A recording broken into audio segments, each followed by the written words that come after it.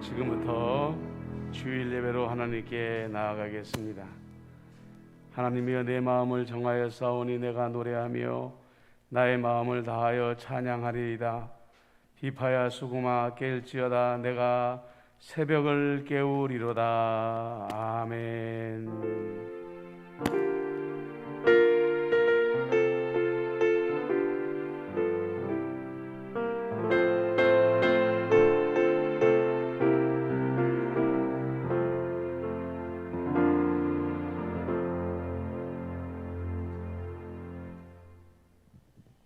아멘. 저희 하나님께 기쁜 마음으로 찬양을 같이 찬양하시겠습니다.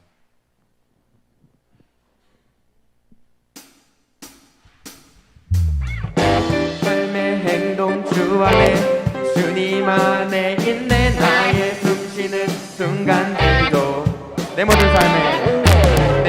삶의 걸음 주 안에 주님 안에 있네. 나의 숨쉬는 순간들도 라라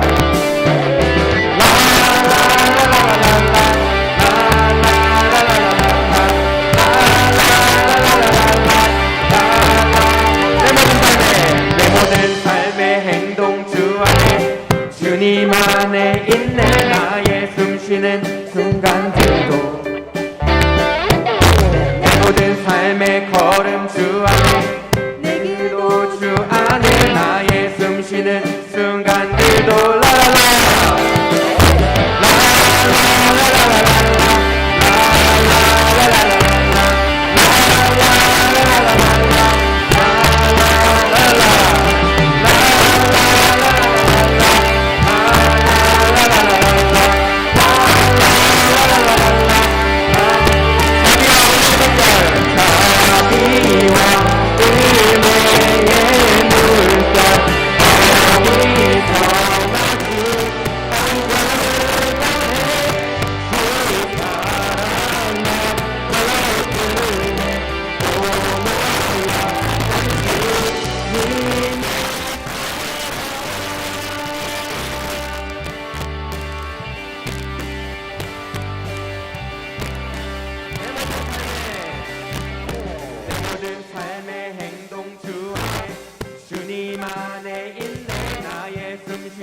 순간들도 내 모든 삶의 걸음 주 안에 내 길도 주 안에 나의 숨쉬는 순간들도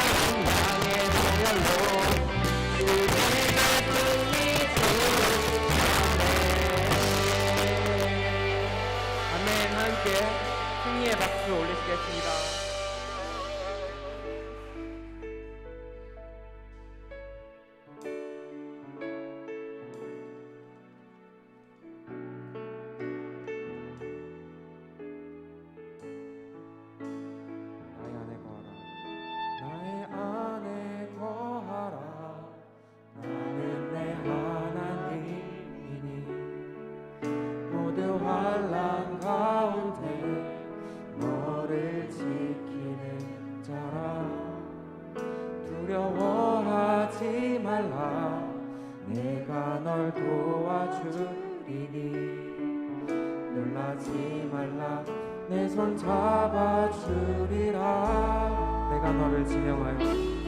내가 너를 지명하여 불렀나니 너는 내 것이라. 내 것이라 너의 하나님이라. 내가 너를 보배롭고 존귀하게 여기노라.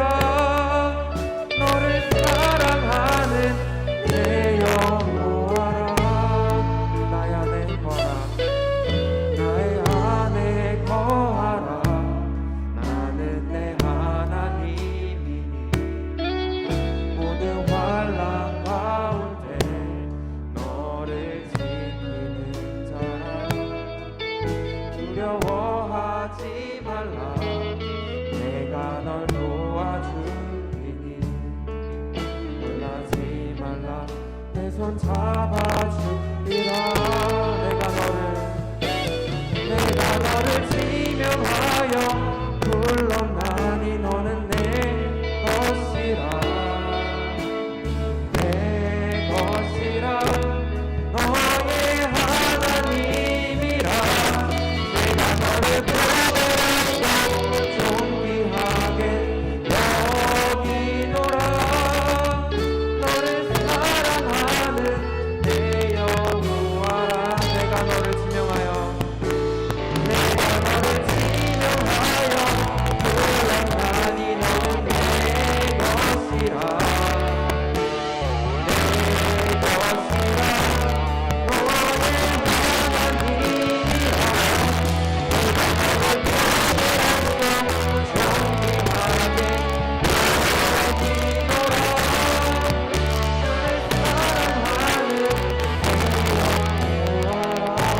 존귀하게 여기노라. 나를 무한 시절 지날 때 깊은 한숨 내쉴 때 그런 풍경 보시며 간식하는 분이네. 보아 같이 너희를 버려두지 않으리. 네가 너희와 영원히 함께하리라. 다시 한번 고백하겠습니다. 허무한 시절 지날 때 깊은 한숨 내쉴 때 그런 풍경 보시며 간식하는 분이네. 보아 같이 너희를 버려두지 않으리. 내가 너희와 영원히 함께하리. 성령이 오셨네.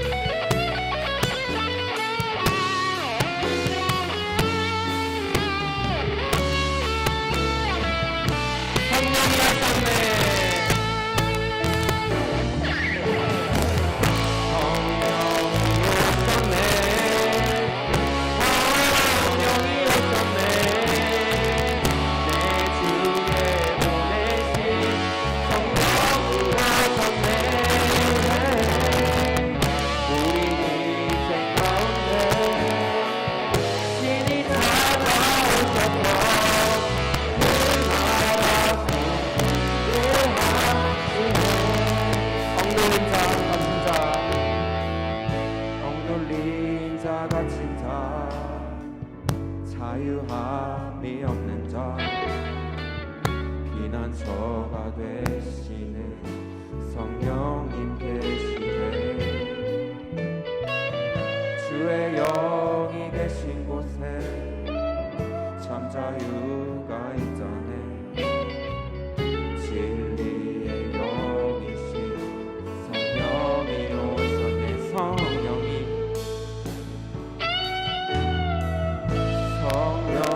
오셨네. 성령이 오셨네. 내 주에 보내신 성령이 오셨네. 우리 인생 가운데 신이 찾아오셔서 그 나라 꿈꾸게 하시네. 성령이 오셨네. 성령이 오셨네. 성령이 오셨네. 내 주에 보내신 성령이 오셨네. 우리 인생 가운데 신이 찾아오셨어.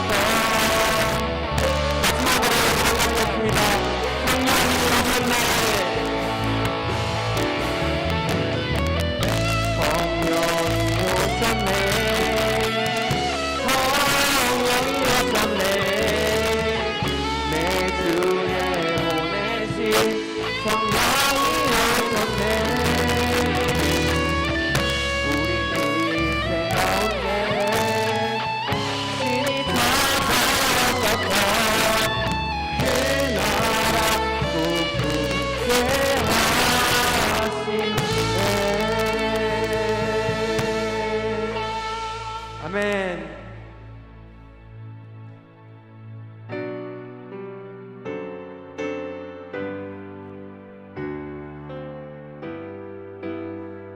다 같이 일어나서 활짝 부르시겠습니다. 거룩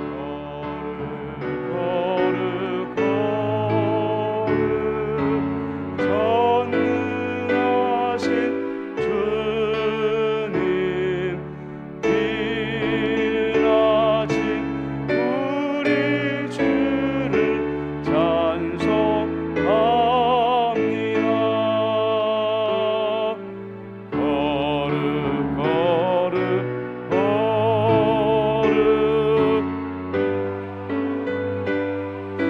주님 성삼위 일체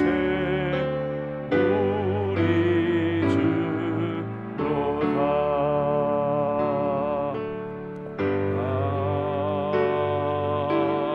아멘. 다 같이 참회 기도를 드리겠습니다. 우리를 왕같은 제사장으로 부르신 예수님, 우리가 지난 한 주간 세상의 리더로서 합당한 삶을 살았는지 돌아보게 하옵소서. 우리의 말과 행동이 리더로서 합당했는지, 우리가 선한 일에 항상 앞장섰는지 돌아보게 하옵소서. 그리고 거룩한 제사장으로 예배의 삶을 살지 못했음도 주님께 고백합니다. 매일매일 주님 앞에 찬양과 경배의 제사를 드리는 삶을 살며 주님께 영광 돌리는 삶을 살게 하여 주옵소서. 이제는 하나님과 나만이 하는 줄을 생각하며 참회의 기도를 계속 드립니다.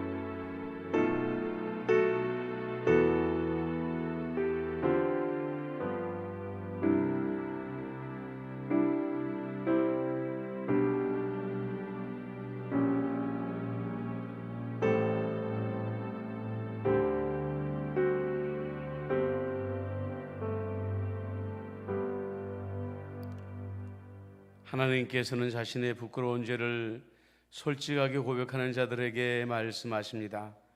우리는 그리스도 안에서 그의 은혜의 풍성함을 따라 그의 피로 말미암아 속량 곧 죄사함을 받았느니라. 아멘. 이제 다 함께 사도신경으로 우리의 신앙을 고백하오니 나는 전능하신 아버지 하나님 천지의 창조주를 믿습니다. 나는 그의 유일하신 아들 우리 주 예수 그리스도를 믿습니다. 그는 성령으로 잉태되어 동정녀 마리아에게서 나시고 본디오 빌라데에게 고난을 받아 십자가에 못 박혀 죽으시고 장사된 지 사흘 만에 죽은 자 가운데서 다시 살아나셨으며 하늘에 오르시어 전능하신 아버지 하나님 우편에 앉아 계시다가 거기로부터 살아있는 자와 죽은 자를 심판하러 오십니다. 나는 성령을 믿으며 거룩한 공교회와 성도의 교제와 죄를 용서받는 것과 몸의 부활과 영생을 믿습니다. 아멘.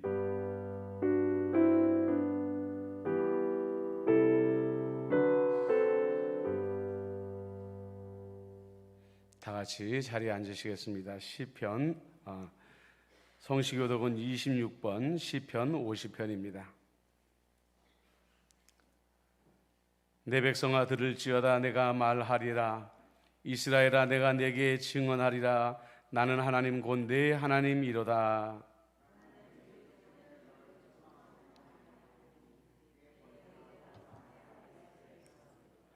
내가 내 집에서 소수나 내 우리에서 순염소를 가져가지 아니하리니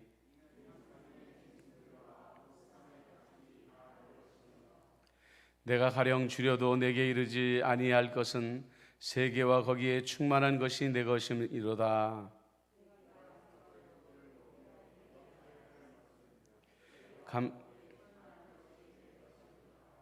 내가 수소의 고기를 먹으며 염소의 피를 마시겠느냐?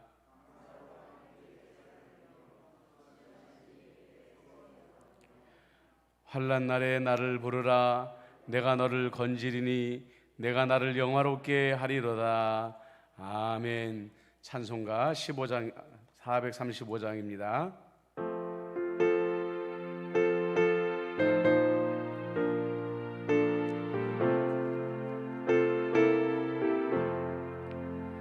나의 영원하신 귀여 생명보다 귀하다.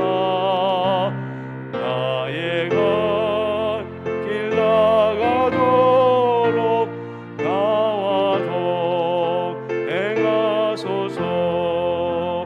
주께로 가까이 주께로 가오니 나의 길 나가도록 나와 동행하소서.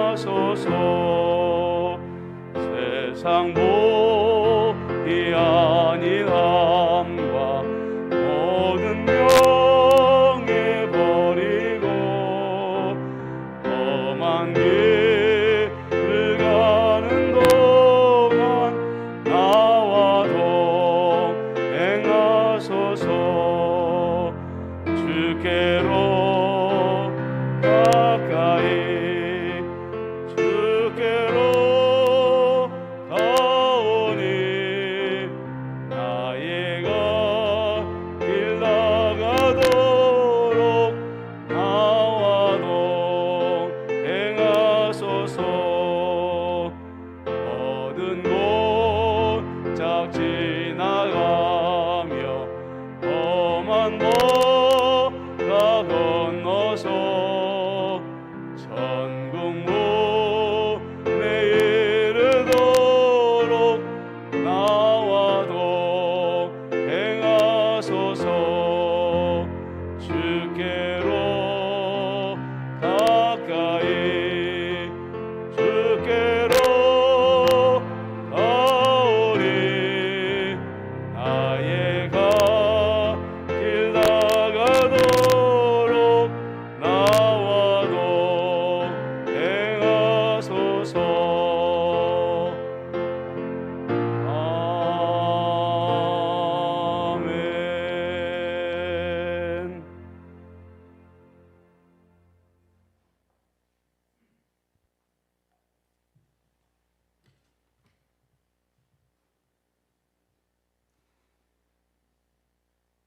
사랑과 자비의 하나님 아버지, 목마른 사슴이 시냇물을 찾아 헤매이듯 세상 사람들 모두가 무엇을 먹을까, 무엇을 마실까 염려할 때 저희들은 영원 깊숙한 곳에서부터 하나님을 소망하며 어렵고 힘든 여건 속에서도 우리의 아픔과 슬픔을 뒤로하고 우리의 눈물로 예수 그리스도를 주로 고백하며 임마누엘 주의 십자가 앞에 모였습니다. 지금 이 시간 우리가 주께 바라는 대로 주의 인자하심과 성실하심을 우리에게 베풀어 주옵소서. 내 속에 정한 마음을 창조하시고 우리 안에 정직한 영을 새롭게 하옵소서. 하나님 아버지, 그동안 주님의 몸된 교회 안에서 우리의 믿음 생활, 우리의 신앙 생활을 되돌아보건대 나는 내 마음의 욕심을 담고서 남의 욕심을 비난했습니다. 내 자신도 이기적이면서 이기적인 사람을 참지 못했습니다. 하나님은 늘 우리에게 말씀하시지만 우리는 그 음성을 듣지 못하거나 들어도 바리새인이나 율법사들처럼 원칙을 만들어 그 원칙에 다른 사람을 억지로 맞추려 하고 판단을 하였습니다. 우리는 우리 스스로가 계획과 뜻을 정하고 나서 단지 하나님이 그 계획에 동의해 주시기를 원했습니다. 그러나 인간적인 계획은 하나님의 능하신 손 아래서 모두 물거품이 되고 말 것입니다. 하나님 아버지, 우리가 어떻게 하면 하나님의 뜻과 약속을 붙잡고 기도할 수 있겠습니까? 내 욕심이 아닌 하나님의 뜻과 약속을 따라 기도하려면 어떻게 해야 합니까? 내 생각과 기준으로 하나님의 역사하심을 제한하는 어리석음을 범하지 않게 하옵소서. 그동안 임마누엘 교회 공동체를 섬기면서 이기적인 욕심이나 허영으로 했던 그 모든 일들을 진심으로 뉘우치며 용서를 구하옵나니 십자가에 못 박게 하시고 깨끗이 씻겨 주옵소서. 또한 나의 부족한 모습 그대로 받아주신 예수님처럼 나의 연약함과 허물을 먼저 되돌아보며 서로 겸손으로 허리를 동여매는 우리 임마누엘 모든 성도들이 다 될 수 있기를 소원하오며, 하나님께서 우리를 위해 행하셨고 지금도 행하고 계시며 앞으로도 행하실 그 모든 일들을 믿음의 눈으로 바라보며 오늘도 임마누엘 주의 십자가 앞으로 나아옵니다. 하나님 아버지, 육신의 질병으로 고통받고 신음하는 여러 성도들을 기억하여 주옵소서. 특히 이덕희 권사님의 몸과 마음과 영혼을 보살펴 주옵소서. 또한 곁에서 간호하는 박혜란 권사님의 건강을 아울러 지켜 보호하여 주시고 기도로 섬기는 가족분들이 실족치 않게 하시고 어려운 환경과 시간 가운데서 주시는 주님의 음성을 듣게 하옵시고 그들의 수고와 애씀이 헛되지 않도록 그들을 위로하여 주옵소서. 하나님께서는 준비된 사람을 택하신 것이 아니라 택하신 사람을 준비시켜 주의 사역을 감당케 하셨습니다. 하나님의 크신 뜻이 있어 저희들이 오래 기도한 장세임 전도사님을 보내주셨사온데 주의 사역을 감당할 때 영육간의 강건함을 허락하시고 사모님과 어린 자녀들에게도 주의 평안과 위로와 안식을 허락하시어 전도사님이 주의 사역을 감당할 때 걱정과 근심이 없게 하옵소서. 오늘도 정기식 목사님을 단위에 세우셨사온데 말씀을 읽고 듣고 받을 때 성령께서 우리의 영혼을 조명해 주시고 그럼으로써 더 큰 마음의 평안을 누리게 하옵소서. 우리의 작은 아픔부터 큰 상처까지 모든 생사화복을 주님께서 다 짊어지시고 우리에게 나음의 은혜로 모든 삶이 이전보다 더욱더 회복되게 하옵소서. 더욱 감사하며 더욱 사랑하며 더욱 의지하며 더욱 건강하도록 우리 임마누엘을 축복하고 축복하여 주옵소서. 이 모든 말씀 예수 그리스도 이름으로 기도드립니다. 아멘.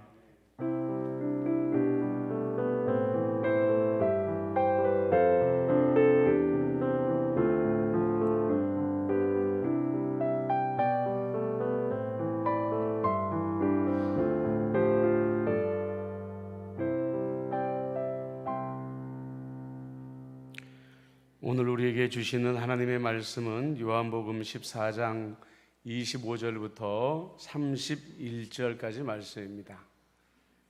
요한복음 14장 25절부터 31절까지 말씀을 제가 읽어드립니다.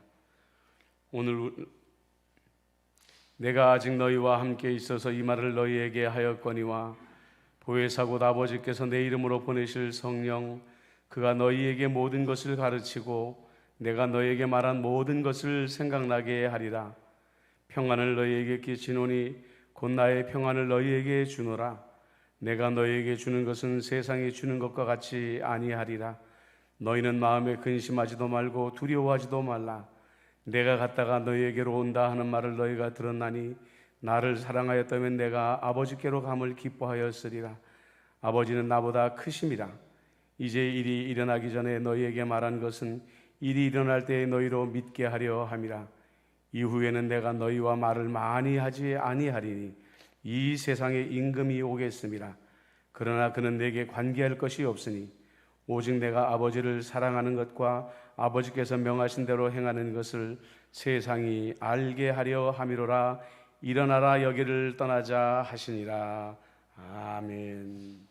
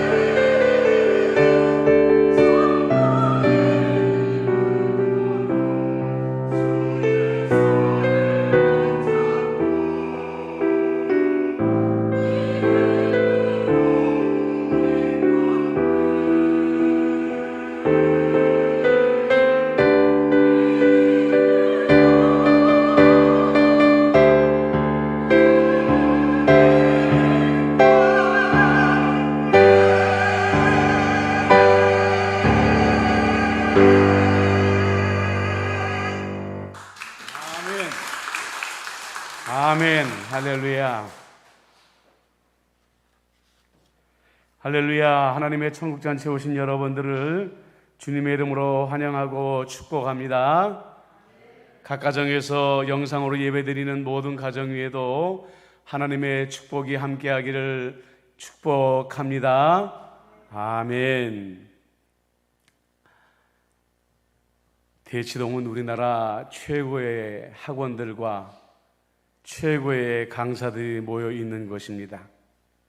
그런데 그런 학원 강사들 중에서도 제일 잘 나가는 강사를 일타 강사라고 부른다고 그럽니다. 그래서 사전을 제가 찾아봤어요. 일타 강사가 무슨 뜻인가 그랬더니 강의를 열면 제일 먼저 마감되는 그 강사가 바로 일타 강사라고 말을 합니다. 아이들이 학교에서 배운 내용들을 기가 막히게 정리해주고 반드시 외워야 될 것들을 아이들 귀에 머릿속에 쏙쏙 암기되어지도록 잘 가르쳐주기 때문에 아주 인기가 최고인 것이죠. 아마 부모님들 마음 가운데 이런 상상을 해보신 분들은 없을까요? 야, 우리 아들이, 우리 딸이 수험장에 시험 보러 들어갈 때 저 일타 강사가 옆에 붙어서 같이 가면 어떨까? 그러면 수능 점수가 100 만점이 나올 텐데 말이죠. 세상에서는 그런 일이 있을 수가 없습니다. 그런데 성경에서는 그런 일이 가능하다라고 말씀하고 있는 것입니다. 오늘 말씀의 26절에 보면 보혜사 곧 아버지께서 내 이름으로 보내실 성령 그가 너희에게 모든 것을 가르치고 내가 너희에게 말한 모든 것을 생각나게 하시리라. 예수님의 제자들이 예수님과 더불어서 3년 동안 하나님 나라의 복음에 대한 교육을 받았습니다. 그러나 그 누구도 그것을 메모하거나 기록할 수 있는 환경이 아니었어요. 그래서 이것을 구전되었다라고 말을 합니다. 입에서 입으로 전달되어진 것 뿐이죠. 아무리 3년 동안 예수님께 복음의 말씀을 들었다고 해도 귀로 듣기만 한 것들이 어떻게 마음에 남고 어떻게 머리에 기록이 되어질 수가 있겠습니까? 그런데 바로 우리 예수님께서 이 인생이라는 시험장에서 성령님을 우리에게 보내어 주심으로 말미암아 우리가 꼭 필요한 그때에 성령님께서 예수님의 말씀을 생각나게 하시고 우리가 꼭 필요할 때에 예수님의 말씀이 기억나도록 만들어 주시겠다, 이렇게 약속을 하고 있는 거죠. 굳이 우스갯소리로 말하면 성도들은 마음속에 일타 강사를 모시고 이 무서운 현실을 살아가고 있는 것입니다. 예수님은 이어서 말씀하십니다. 평안을 너희에게 끼치노니 곧 나의 평안을 너희에게 주노라. 내가 너희에게 주는 것은 세상이 주는 것과 같지 아니하리라. 너희는 마음에 근심하지도 말고 두려워하지도 말아라. 여기서 말하는 첫 번째 평안의 의미는 우리 예수님께서 주시는 위로부터 임하는 능력으로서의 평안입니다. 우리가 마음속에 두렵고 염려되고 근심될 때에 우리가 열심으로 찬양하고 열심으로 기도할 때에 주님의 평안이 성령의 생명수를 통하여 우리 안에 불안을 몰아내어지고 우리 안에 평안이 임하여지게 되는 것이죠. 그런데 저는 오늘 이 말씀을 묵상하면서 예수님께서 말씀하신 나의 평안, 이 말씀을 좀 더 깊이 주의하면서 묵상을 해보았습니다. 예수님께서 인간의 몸을 입고 이 땅에 오시기 전에 하늘에 계실 때 누구도 예수님의 평안을 건드릴 자가 없었습니다. 세상에서 무슨 일이 일어나고 어떤 험난한 일이 일어나도 그것이 하나님 나라에까지 미치지 못하기 때문인 것이죠. 그런데 우리가 아는 것처럼 예수님께서 인간의 몸을 입고 이 땅에 내려오셨을 그때부터 예수님은 우리와 똑같은 존재가 되었고 예수님의 마음에도 영원히 평안을 누리던 그 평안이 깨어질 때가 있었다는 것입니다. 예수님께서 말씀하시는 나의 평안은 때때로 깨어진 그 평안을 어떻게 이기셨는가 하는 것을 가르쳐 주시는 의미도 오늘 있는 것입니다. 그 의미를 가르쳐 주시고 기억나게 해 주시는 분이 바로 성령님이라는 것입니다. 여러분,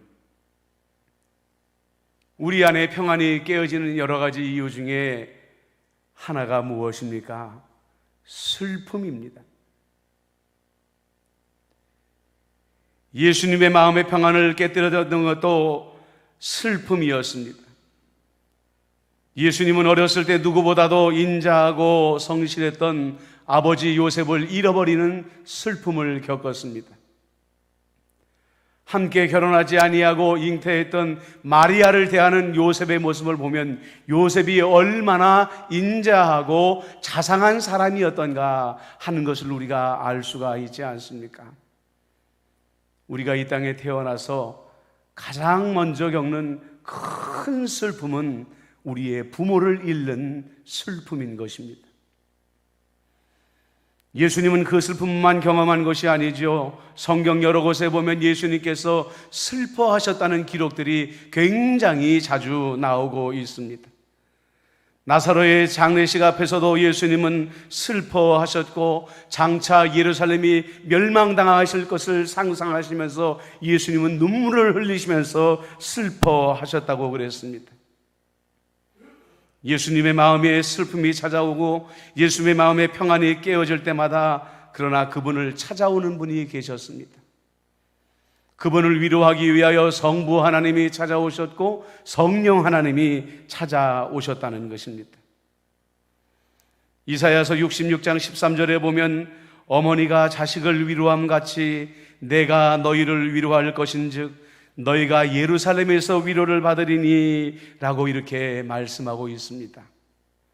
세상에 어머니의 위로처럼 자녀의 마음을 따뜻하게 해주는 것이 어디에 있겠습니까?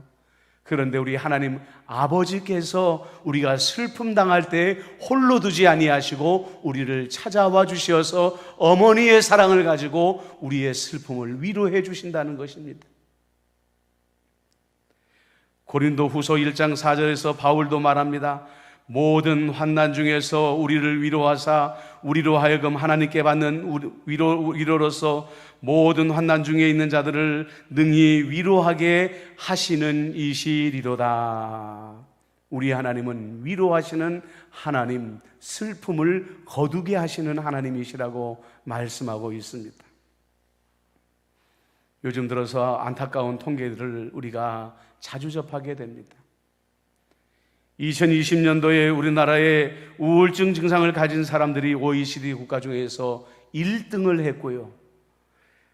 무슨 일이 생기면 어떻게 할까 그렇게 날마다 불안해하며 사는 사람들이 OECD 국가의 4번째에 해당한다고 말을 합니다. 우울증이라는 것이 무엇입니까? 슬픔이 우리 마음속에 깊이 뿌리를 내리게 될 때에 생기는 질병인 것입니다. 슬픔이 뿌리를 내리기 전에 그 슬픔의 싹을 잘라내는 것이야말로 이 우울증으로 가는 질병으로 가는 길을 막아내는 것이죠. 우리 마음에 슬픔이 찾아올 때 어떤 이유로 슬픔이 찾아오든지 간에 우리 안에 이미 들어와 계시며 우리를 가르치시고 계시는 예수님의 말씀을 생각나게 하시는 성령님을 우리가 찾아야 되는 것입니다. 하나님이 어머니와 같이 나를 위로하고 계시다. 우리 하나님은 위로하시는 하나님이시다라는 이 말씀을 우리가 생각나야 된다는 것이죠. 예수님은 어디에서든지 우리와 함께 계십니다. 성령님과 더불어 우리 안에 이미 들어와 계시기 때문인 것이죠. 그분은 때와 장소를 구별하지 않습니다. 우리는 성령님을 통해 우리의 슬픔을 아시고 함께 슬퍼하시는 예수님과 함께 울고 예수님의 한없는 위로를 경험해야만 하는 것입니다. 그래서 예수님께서 슬픔을 이겨내시고 평안을 회복하셨던 것처럼 우리도 슬픔에 매이지 아니하고 마음의 평안이 회복되어지기를 주님의 이름으로 축복합니다. 그 다음 예수님의 평안을 깨뜨린 것은 분노였습니다. 예수님의 분노는 냉정하고 두려울 때가 있습니다. 성전 앞에서 장사를 하던 사람들에게 보이신 예수님의 분노가 생각나십니까? 바리새인과 사두개인과 제사장들에게 보이신 분노도 기억하실 것입니다. 아끼는 제자인 베드로에게 보이셨던 분노도 생각이 나실 것입니다. 그런데 분노는 우리 마음의 평안을 깨뜨리는 가장 중요한 원인 중에 하나라는 것이죠. 분노는 대부분 내가 누구로부터 상처를 받았을 때, 상대방이 내가 원하는 대로 움직여주지 않을 때 느끼는 감정입니다. 그리고 예수님처럼 지도자들이 자기 자리를 지키지 못할 때 분노하신 것처럼 나라의 지도자들이 나라를 제대로 이끌어 나가지 못할 때도 분노는 일어나게 되어 있다는 것입니다. 문제는 이 분노를 우리가 어떻게 다스릴 것인가 하는 것입니다. 한 언론사의 기사를 보니까 이런 기사가 있습니다. 누군가를 향해 분노를 품는 것은 그 사람이 죽기를 바라면서 스스로 독을 마시는 것과 같다. 타인이 망하길 바라며 분노를 뿜어내지만 밖으로만 향하는 줄 알았던 분노는 사실 내 안으로도 파고들어서 나를 먼저 망가뜨려 버린다는 뜻이다. 미움과 분노뿐 아니라 질투와 시기 같은 대부분의 악의는 타인을 해하려는 만큼 또는 그 이상으로 나를 해치고 있다. 위의 기사와 똑같은 말씀이 성경에도 기록이 되어져 있지 않습니까? 마태복음 6장 14절에 보면 너희가 사람의 잘못을 용서하면 너희 하늘 아버지께서도 너희를 용서하시려니와 라고 이렇게 말씀하고 있습니다. 마태복음 6장 15절 말씀에 보면 너희가 사람의 잘못을 용서하지 아니하면 너희 아버지께서도 너희 잘못을 용서하지 아니하시려니와. 기사의 내용과 똑같은 말씀이 성경에 기록되어져 있지 않습니까?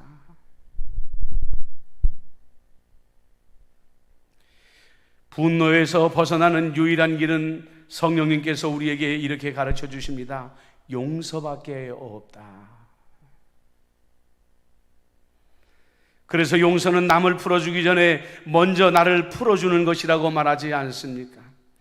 용서하지 않으면서 마음의 평안을 경험하는 사람은 없습니다. 이런 이야기도 있더라고요. 남을 용서하지 아니하고 복수를 품고 있는 사람의 뇌를 한번 스캔을 해봤다고 합니다. 그런데 뇌에 하얀 테두리가 일어나는데 이 테두리는 사람들의 몸이 니코틴이나 코카인이나 초콜릿 같은 그런 우리의 마음을 기분을 상승시켜주는 효과를 갖는 것들을 원할 때에 나타나는 테두리가 남을 향한 복수를 꿈꿀 때에 우리 마음에 나타나게 된다는 거예요. 그래서 사람들이 복수는 달콤한 것이다 이렇게 표현을 하나 봅니다. 그러나 여러분, 우리 하나님은 복수를 인정하지 않습니다. 남을 용서하지 않는 자는 예수님께서도 그 사람의 허물을 용서하지 않겠다. 원수 갚는 것은 금해져 있습니다. 우리가 성령님의 음성을 알면서도 잘 듣지 못하는 것 중에 하나가 바로 용서입니다. 용서와 사랑이라는 것은 동반자의 관계에 있는데, 지난주에 여러분들에게 말씀을 드리는 것처럼 예수님의 유일한 계명, 사랑을 붙들지 아니하는 자에게 예수님께서 가까이 하지 아니하겠다라고 말씀하신 것과 똑같이 우리 마음 가운데 용서하지 아니하고 누군가를 향한 원망과 미움과 분노와 증오의 마음을 가지고 있는 사람에게서는 예수님께서 가까이 가실 수가 없고 예수님의 평안이 그 마음에 들어갈 수가 없는 것입니다. 늘 불안해하고 늘 분노로 차 있고 늘 누군가를 향한 미움으로 본인이 괴로울 수밖에 없다고 성경은 말하고 있는 것입니다.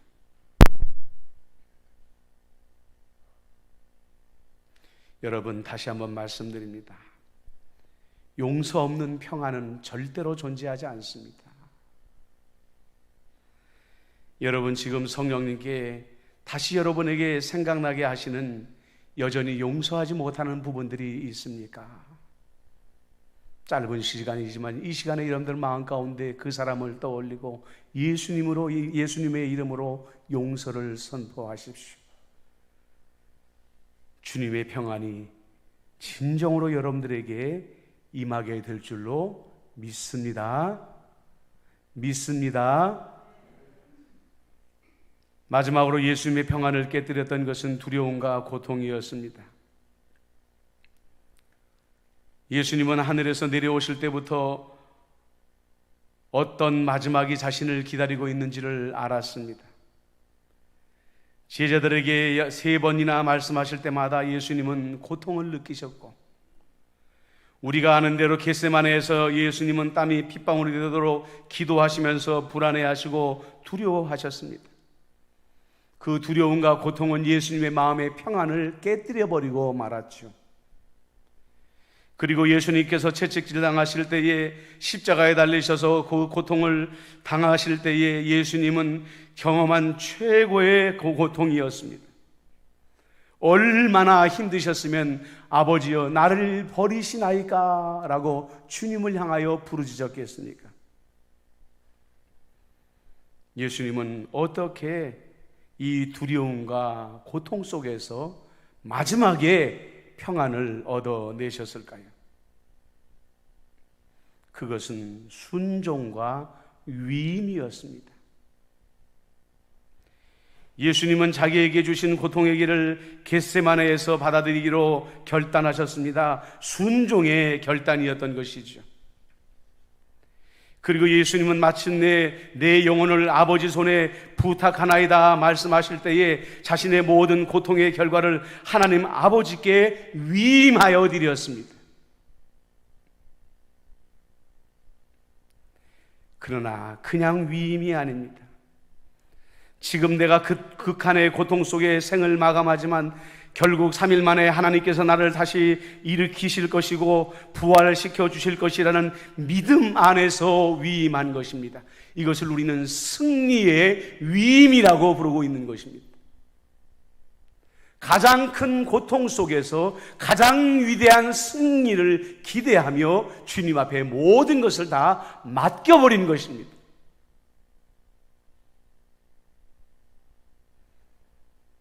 우리는 생각지 않은 고통이나 고난이 찾아오면 주님 왜 저에게 이 고통과 고난을 주십니까? 하나님을 원망하며 그 고통과 고난을 잘 받아들이려고 하지를 않습니다. 그리고 그 고통의 목적을 다하면 결국 주님께서 우리를 구원해 주실 것이라는 믿음을 갖지 못하기 때문에 주님께 그 고통을 위임해 드리지도 못합니다. 그러므로 우리 마음에 평안이 깨어지게 되는 것이죠. 아, 주님이 나를 버리셨나 보다. 주님이 나를 잊으셨나 보다. 내 기도는 더 이상 하나님께서 듣지 아니하시나 보다. 이렇게 생각할 때가 있다는 거죠. 여러분, 고통이 찾아오면 이 고통 속에 뒤에 있는 하나님의 뜻을 찾으려고 하십시오. 하나님 뜻이 있으셔서 이 고통을 내게 보내신 줄로 믿습니다. 하나님 그 뜻이 내 안에 이루어지기를 원합니다 하고 순종해 보십시오. 고난의 때가 단축되어지게 되는 것입니다. 도무지 여러분들이 이겨낼 수 없는 재난 앞에 서게 되었을 때에, 고난 앞에 서게 되었을 때에, 고통 앞에 서게 되었을 때에 그것을 주님께 완전히 맡겨버리십시오. 주님, 나의 고통과 나의 고난과 나의 모든 이 위험한 일들을 주님의 손에 위임하여 드립니다. 마치 예수님께서 내 영혼을 아버지 손에 부탁하나이다 하면서 자기의 전부를 주님께 위임해버렸던 것처럼 여러분들도 승리를 확신하면서 여러분들 안에 있는 모든 것들을 주님께 맡겨버리라는 것입니다.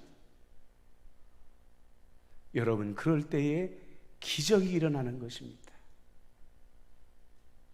고통을 내가 움켜잡고 있고, 고난을 내가 움켜잡고 있고, 내 힘으로 어떻게 해보려고 하고, 기도하지 아니하고, 하나님께 맡기지 아니하고, 의심하고 불신하고 있을 때에 그 문제에는 기적이 일어날 수가 없는 것입니다.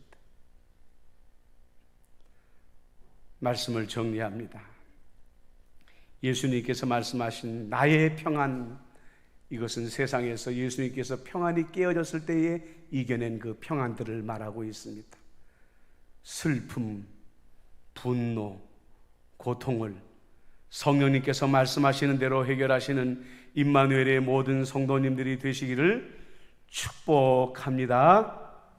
축복합니다. 기도하겠습니다. 좋으신 아버지 하나님, 우리 예수님께서는 이 땅에 우리에게 평안을 주시기 위하여 오셨습니다. 그러나 이 거친 세상 가운데 때로는 우리는 슬픔 가운데에, 우리의 마음속에 있는 분노 가운데에, 우리 마음속에 있는 또한 아버지 하나님의 고통과 또 절망 때문에 평안이 깨어질 때가 많음을 주님 앞에 고백을 드립니다. 예수님께서 그 모든 고난을 이겨내시고 심령의 평안을 지켜내셨던 것처럼 우리도 믿음 안에서, 성령 안에서 이 모든 것들을 이겨내고 예수님이 우리 안에 부어주시는 나의 평안, 예수님의 평안을 누리며 살아가게 하여 주옵소서. 예수님의 이름으로 기도드리옵나이다. 아멘.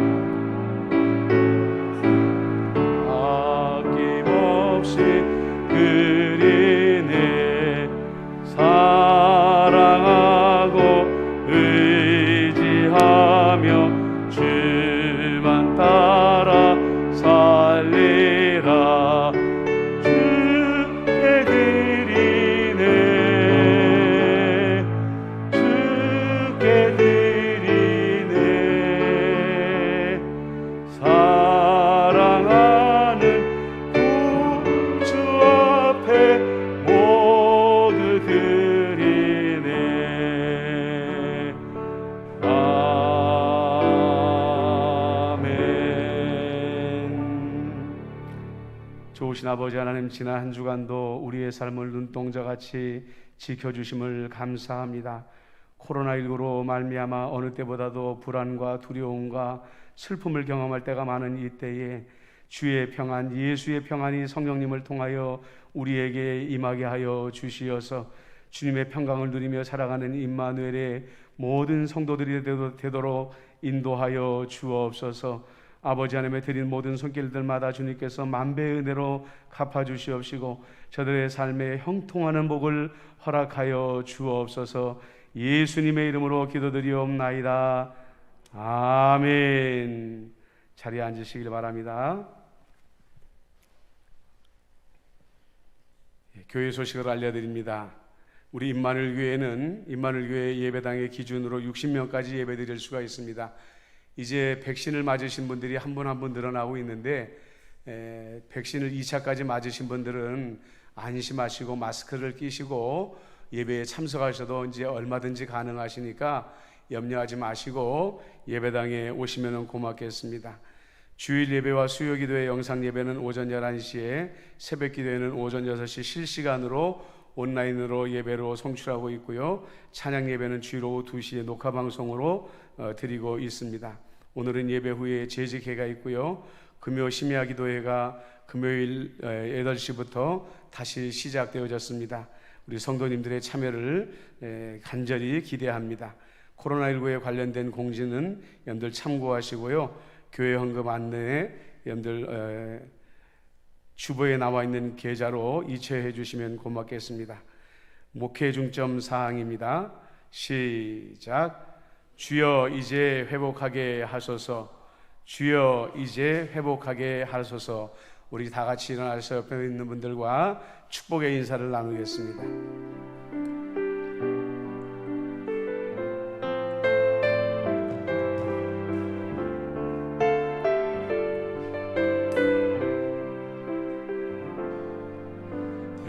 여호와는 너에게 복을 주시기를 원하며 너를 지키시기를 원하시며 여호와는 그 얼굴을 너를 향하여 드사 은혜와 평강 주시기 원하노라. 한 번 더. 여호와는 너에게 복을 주시기를 원하며 지키시기를 원하시며 많은 그 얼굴을 너를 향하여 드사 은혜와 평강 주시기 원하노라. 너를 보배롭고 존귀하게